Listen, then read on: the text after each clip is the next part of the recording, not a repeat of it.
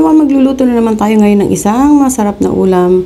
So ito meron tayo ditong laing. At ito yung ating mga sangkap. Ayan, sibuyas, bawang, siling haba, pampalasa, gata. At syempre hindi nawawala yung ating siling labuyo. At syempre lalagyan natin yan ng isda. So ayan, prinito ko muna yung ating tulingan. So ito nga naprito ko na, ayan. Dapat luto na talaga siya. Para hindi siya madurog. At syempre, papakuluin muna natin yung gata. Ayan, sabay-sabay na yan. Nilagay ko na yung mga sangkap. Ayan, halo-haloin lang natin yan para hindi mamuumuo yung ating gata. So, ganyan lang. Yun yung ginagawa ko kapag naggagata ako.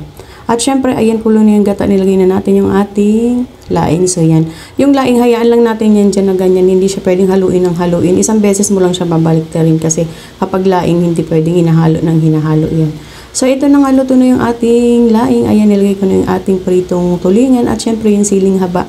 At nilagay na rin natin yung isa pang gata. So, ayan, masarap kasi itong gulay na to kapag maraming gata. So, yan. Hayaan lang natin yun na kumulo, ganyan. Kasi na, ano na natin yung laing, nabaligtan na natin yan. At syempre, luto na rin yan. Papalutuin na lang natin yung ating pangalawang gata na nilagay. Kaya, ganyan na lang siya. Hayaan na lang natin yan na ganyan. Basta may hina lang yung apoy. So, yan. Hayaan lang natin yun na kumulo hanggang maluto yung pangalawang gata na nilagay natin. Huwag na nating haluin ng haluin. So, ayan. Madali lang naman lutuin yung ganitong ulam.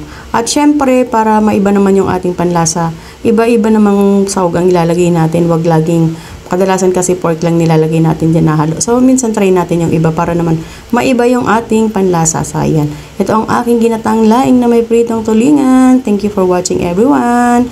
Ano bang hinihintay natin? Kainan na naman. Let's eat!